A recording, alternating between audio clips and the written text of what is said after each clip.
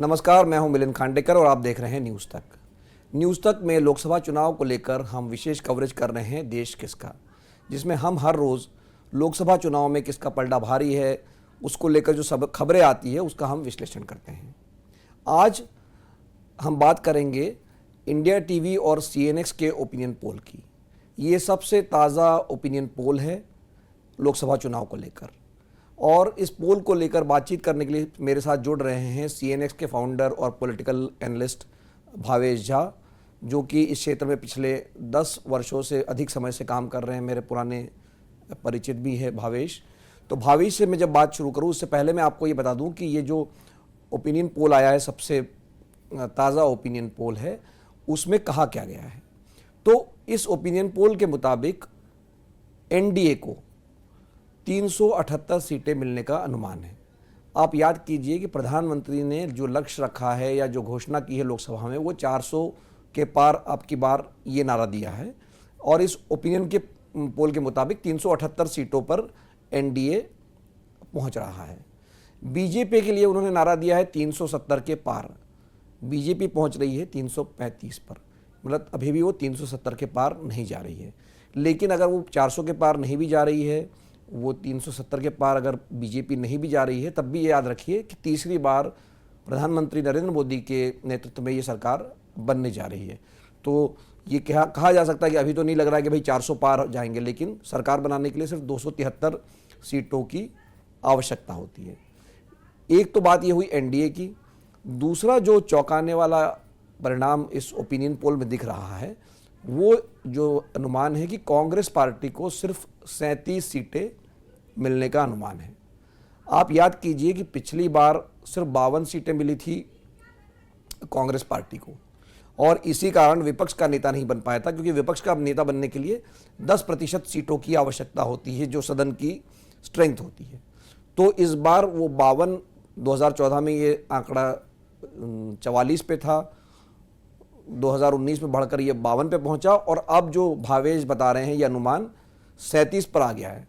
तो भावेश जो कांग्रेस के समर्थक है या जो बीजेपी के विरोधी है, उनको इस आंकड़े पर विश्वास नहीं हो रहा। उनको ये लग रहा है कि ये कैसे हो सकता है कि ये कांग्रेस पार्टी 37 पे होगी, क्योंकि अगर ये नंबर आता है जो आप बता रहे हैं, ये अभी तक कांग्रेस पार्टी को इतिहास में 37 सीटें कभी नहीं मिली। तो ऐसा क्यों हो रहा है, ये कांग्रेस का इतना पूरा प्रदर्शन क्यों हो रहा है? देखिए, आप इसको सिलसिलेवार राज्यवार राज जाएंगे तो कांग्रेस के लिए जो मुश्किल स्थिति है वो ये है कि उसके कैडर में जैसे जैसे अभी जो तीन स्टेट में जैसे चुनाव हारी कांग्रेस, एक निराशा का माहौल उस तरह हो गया। दूसरी तरफ देखेंगे जो प्राइम मिनिस्टर ने जो गोल रखा है वो अपने लिए 370 का, उसके बाद एक तरह का एक नैरेटिव चल रहा है कि वो चुनाव तो जीत रहे हैं, बस अब उनको ये देखना है कि कितनी ज्यादा से ज्यादा सीटें ले आ सकते। उस नैरेटिव में कांग्रेस कहीं पिछड़ गई है, कहीं भी नहीं। आप जो इंडिया अलायंस उन्होंने बनाया तो उस अलायंस को लेकर अब कहीं भी कोई बातचीत नहीं हो रही है। गठबंधन भी हुई है तो आप देखते हैं कांग्रेस लगभग हर जगह बैकफुट पे है। कांग्रेस ने गुजरात में आम आदमी पार्टी के साथ गठबंधन कर लिया, जहाँ पे जरूरत नहीं थी गठबंधन करने की। दिल्ली में उन्होंने गठबंधन किया, जबकि पिछली 2019 में कांग्रेस पार्टी नंबर 2 पार्टी थी, यहाँ पे आम आदमी पार्टी तीसरे नंबर की पार्टी थी। उसी तरह आप देखेंगे हर स्टेट में जहां जहां उनको गठबंधन करने जा रहे वहां पे उनको अब वो स्थिति में नहीं है जो उस टाइम लग रहा था जब इंडिया गठबंधन फॉर्म हुआ था, तो लग रहा था कि कांग्रेस एक लीडिंग पोजीशन में रहेगी। उसके बाद आप धीरे धीरे देखेंगे कि कांग्रेस को लेके कांग्रेस की जो कैडर है, जो पुराने कांग्रेसी रहे या कांग्रेस को जो वोट करता है, उसमें एक निराशा का माहौल है।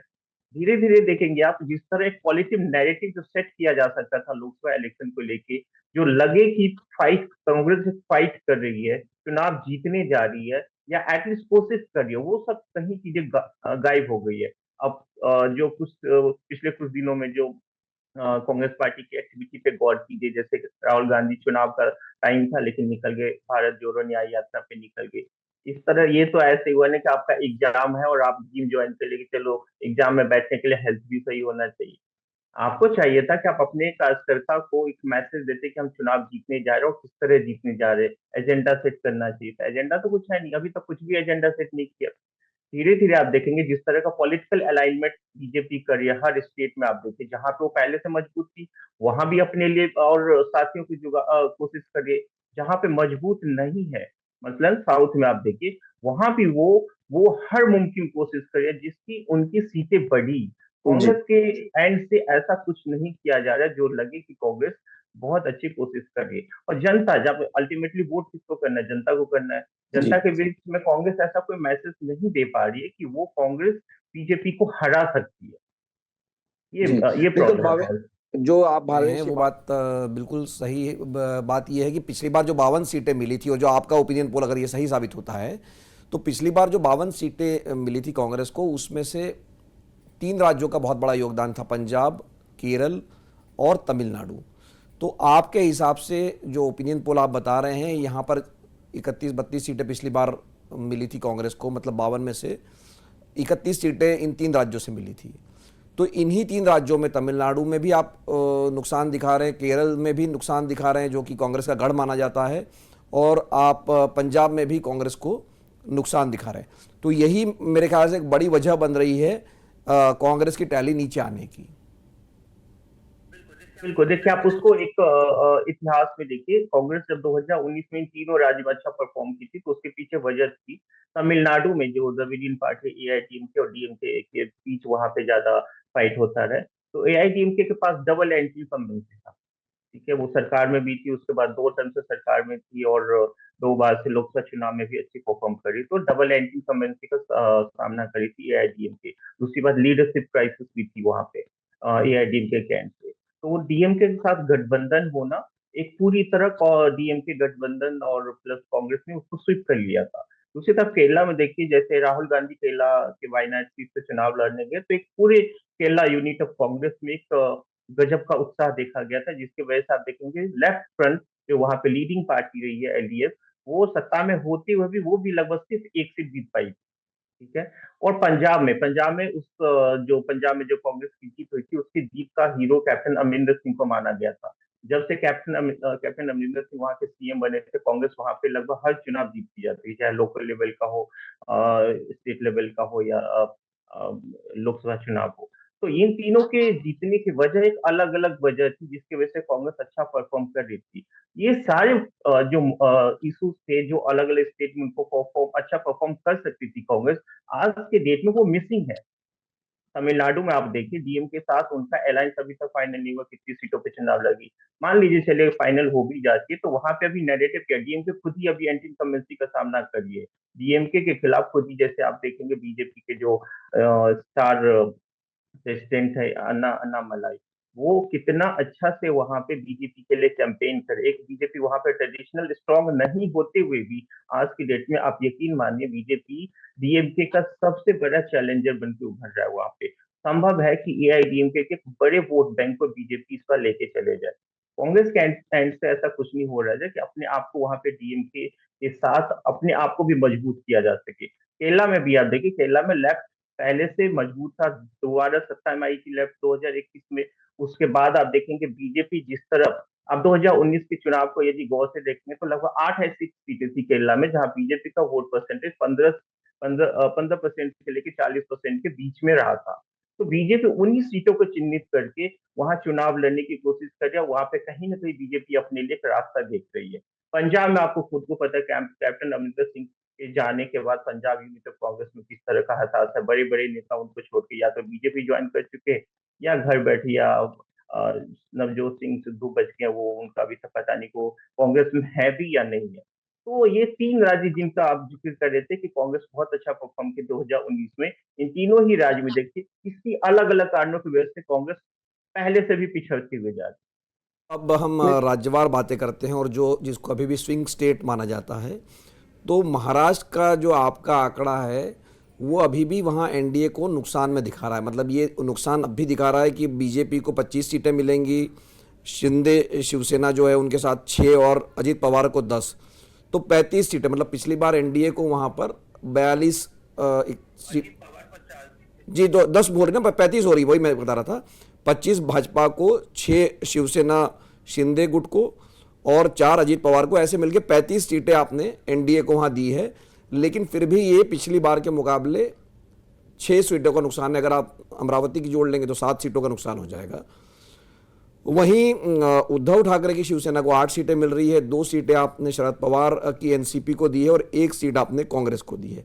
तो मेरा ये सवाल है कि जब इतनी तोड़फोड़ कर ली वहां बीजेपी ने, अब अशोक चौहान को भी ले आए जो कांग्रेस में थे, पूर्व मुख्यमंत्री थे, तब भी जो है वो 2014 या 2019 की टैली तक पहुंचते हुए क्यों नहीं दिख रही? मतलब कहाँ प्रॉब्लम है? कल भी अमित शाह मराठवाड़ा में गए थे तो उन्होंने कल कहा कि नहीं, इस बार मुझे 45 सीटें चाहिए, 41-42 से काम नहीं चलेगा, मैं 45 का टारगेट दे रहा हूँ।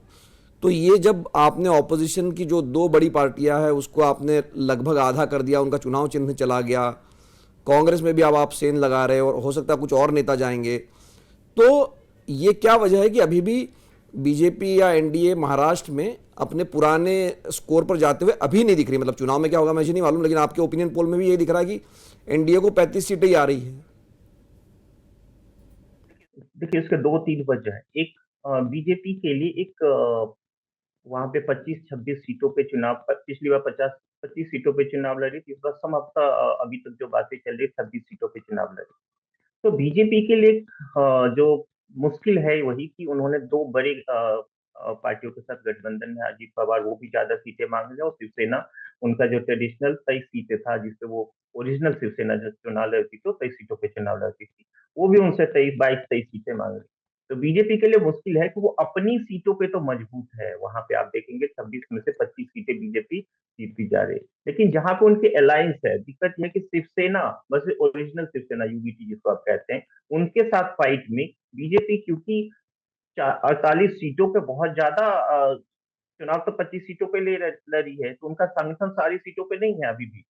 तो उन सीटों पे जहां पे शिवसेना वर्सेस ओरिजिनल शिवसेना हो सकता है, या शिवसेना वर्सेस आप जो शिवसेना शिंदे वर्सेस अदर्स जो महाविकास आघाड़ी का जो इसमें से उनके साथ, तो वहां पे कहीं ना कहीं बीजेपी के लिए सेटबैक है, जिसकी वजह से देखेंगे अब 2019 के टैली में कम होता नहीं, तो जाए मैं बीजेपी काफी। एक और भावेश आपको मैं रोक रहा एक हूँ, और माफी चाहता हूँ कि जो अब परिवर्तन दिख रहा है, खास करके जो अमित शाह जी कल वहाँ पहुंचे थे, तो अब ये जो खबर आज सुबह ये आई है कि वो बीजेपी अपने से ही 32 सीटों पर चुनाव लड़ सकती है। तो अगर ये ऐसा होता है तो क्या आपको लगता है कि वो ज़्यादा सीटों पर अगर लड़ेगी? और ये भी बात हो रही है कि कुछ जगह पर और भी, मतलब अब ये साफ नहीं कि 4 सीटों पर वो 32 में, मतलब 32 सीटों पर तो लड़ने की बात बीजेपी बड़ी स्पष्ट हो चुकी है। तो आपको लगता है इससे अगर 32 सीटों पर लड़ेगी तो फर्क पड़ेगा इससे? बिल्कुल फर्क पड़ना चाहिए। देखिए, हमने जब ये कंसीडर किया था, क्योंकि अभी तक सीट एडजस्टमेंट या सीट शेयरिंग को लेकर कोई अनाउंसमेंट नहीं हुई थी जब हम सर्वे कर रहे थे, तो हमने 26 सीटें ही कंसीडर किया था बीजेपी के लिए। 25 सीटें जो उनके ट्रेडिशनल रही है, और एक अमरावती की सीट जिसपे नवनीत राणा सांसद है, और प्रोबेबिलिटी वो बीजेपी के सिंबल पे चुनाव लड़े।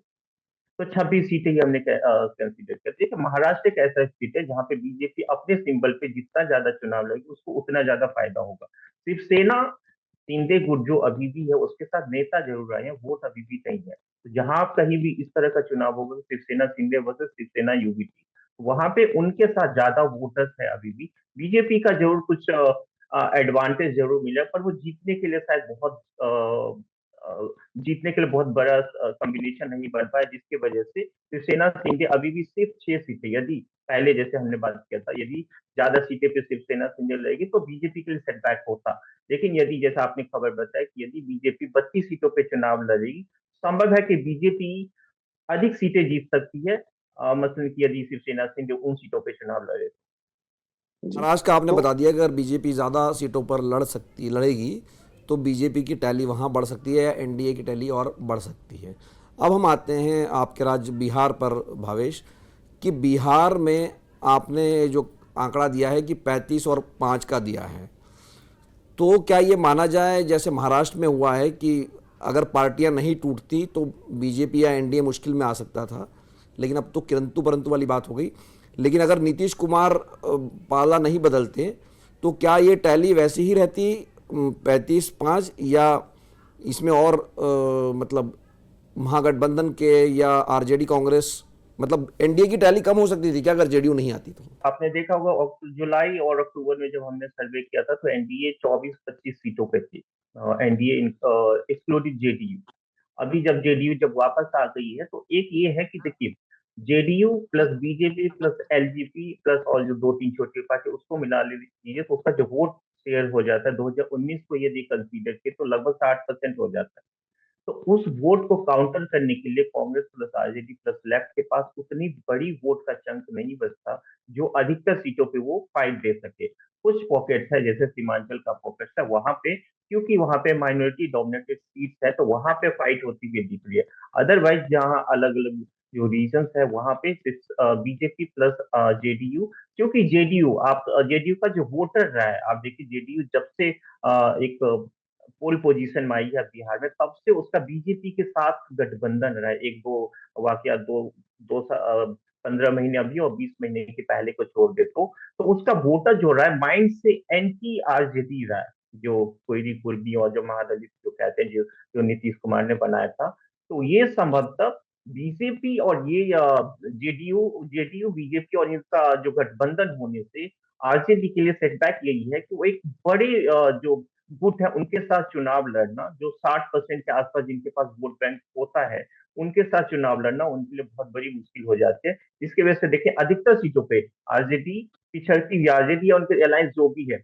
दूसरी बात यह है कि आप एक बहुत चीज पे हम लोग एक इम्पोर्टेंट डेवलपमेंट जो 2020 विधानसभा चुनाव में जो वहां हुआ था, लेफ्ट का आरजेडी के साथ जो गठबंधन या आरजेडी कांग्रेस के साथ गठबंधन को, खासकर जो मिथिलांचल नॉर्थ बिहार के जो जगह है जहाँ पे लेफ्ट का कहीं कहीं वोट है, थोड़ा बहुत है, 5,000 7,000 लगभग हर असेंबली में है, उसको जो वहाँ के सवर्न वोट है वो इसको एक्सेप्ट नहीं करते, बिल्कुल कभी नहीं। इसलिए आप देखें जब वहाँ विधानसभा में भी चुनाव हुई थी तो बीजेपी वहां पे बहुत अच्छा परफॉर्म की थी, क्योंकि वहां पे जो लेफ्ट का जो कैडर रहा है उसका जो सवर्ण है उसके साथ हमेशा पहले इतिहास में हमेशा कुछ न कुछ संघर्ष रहा है, जिसके वजह से लेफ्ट के साथ आरजेडी के गठबंधन से भी बीजेपी को उसका फायदा होता है।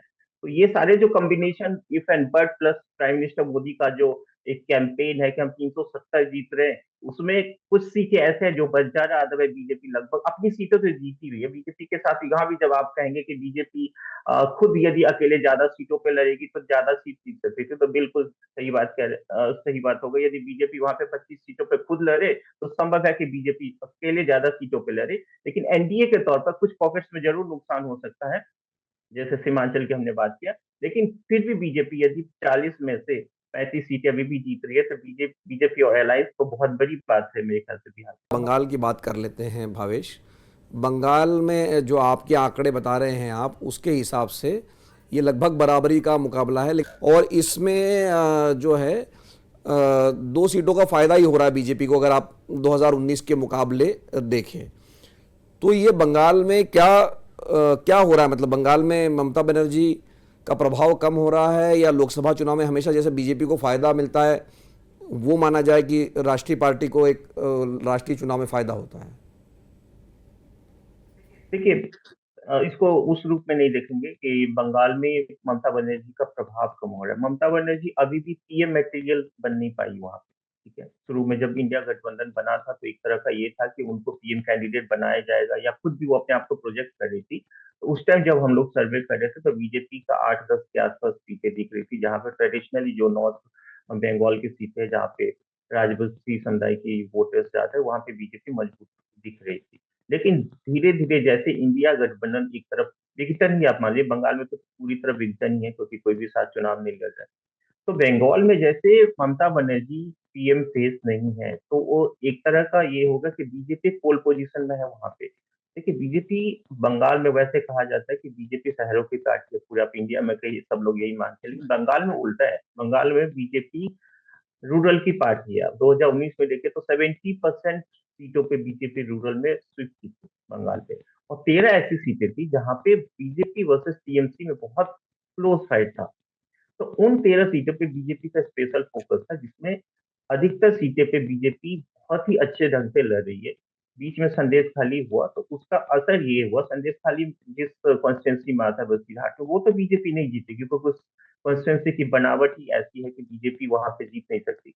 लगभग 53% के आसपास वहां पे माइनॉरिटी वोट है, तो बीजेपी वहां तो नहीं जीतेगी, लेकिन उसका असर है कहीं ना कहीं। आप देखें तो हिंदू मुस्लिम जो डिवीजन दिख रहा है उसमें बीजेपी को कहीं ना कहीं फायदा हो रहा है। दूसरी बात आप देखेंगे जो अधिकारी फैमिली है उसके आने के बाद से जो उस रीजन में जो बीजेपी ट्रेडिशनली मेदिनीपुर को छोड़ के बहुत ज्यादा मजबूत नहीं हुआ करती, तो 4-5 सीटों पे जहाँ पे उनका प्रभाव है, वहां पे भी बीजेपी अच्छा करती जा रही है। तो बीजेपी का जो अपना स्ट्रांग होल्ड था नॉर्थ बंगाल में था, उसके बाद मेदिनीपुर के आसपास अधिकारी फैमिली के आने के बाद उनका ये प्रभाव के होने की वजह से बीजेपी अच्छा करी। दूसरे कुछ दिन पहले जब अमित शाह जी ने कहा था कि वो सीए का इम्प्लीमेंटेशन करेंगे, तो देखिए बंगाल में जो एक मथुआ समुदाय है उसका लगभग 8 से 9 सीटों पे प्रभाव है। बीजेपी इसमें से 3-4 ऐसी सीटें थी जिसको बहुत कम मार्जिन से हार गई थी, उसका प्रभाव दिखा, जिसमें एक कृष्णानगर की भी सीट है जहाँ पे महुआ मुफ्ता सांसद है और बहुत 4-5% के मार्जिन से वो चुनाव जीती। उन सब सीटों पे बीजेपी जीतती हुई दिख रही है। मथुआ समुदाय का वोटर्स, यदि बीजेपी इन ब्लॉक, पिछली बार भी लोकसभा में भले ही बीजेपी 18 सीटें लेके आई थी, लेकिन मथुआ समुदाय का जो वोट था बीजेपी को इन ब्लॉक नहीं मिल पाया था, लगभग 60% के आसपास मिल रहे थे, क्लियर डिवीजन था। लेकिन यदि ये सीए इम्प्लीमेंटेशन होता है, जिसका संभवतः हो जाएगा, तो बीजेपी शायद और अच्छा वहां पे कर सकती है, क्योंकि जो 8-9 सीटें जो मैंने कहा, उस पर अच्छा खासा प्रभाव देखा जाएगा। भावेश, जी बहुत बहुत धन्यवाद इस बातचीत के लिए। और जैसा कि हमने भावेश से बात करके जो बात समझा है कि लोकसभा चुनाव को लेकर जो एक सबसे ताज़ा ओपिनियन पोल आया है उसके मुताबिक तीसरी बार बीजेपी सरकार बनाने जा रही है। प्रधानमंत्री ने जो अपनी पार्टी को नारा दिया है कि अब की बार 400 पार एनडीए के लिए, उसके वो काफ़ी करीब पहुंच रही है, 378 तक पहुंचने का अनुमान है। बीजेपी के लिए उन्होंने 370 के पार का अनुमान का उन्होंने एक लक्ष्य दिया है एक तरह से अपनी पार्टी को।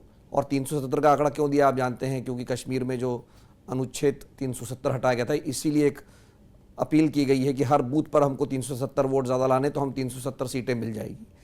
लेकिन जो भावेश की एजेंसी सीएनएक्स ने इंडिया टीवी के लिए सर्वे किया है उसके मुताबिक 335 सीटें ही मिल रही है।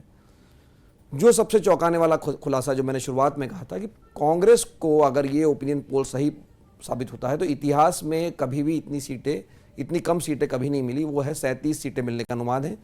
लेकिन अभी भी ये मैं कहूँगा ओपिनियन पोल है।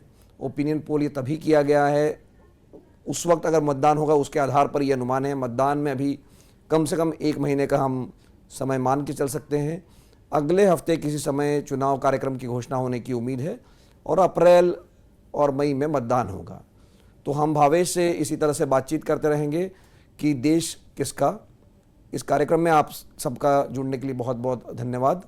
अगर आपके कोई सवाल है इस ओपिनियन पोल को लेकर, इस वीडियो को लेकर, तो ज़रूर कमेंट बॉक्स में डालिए, हम उसको भावेश तक भी ले जाएंगे और इन सवालों का जवाब भी देंगे। धन्यवाद।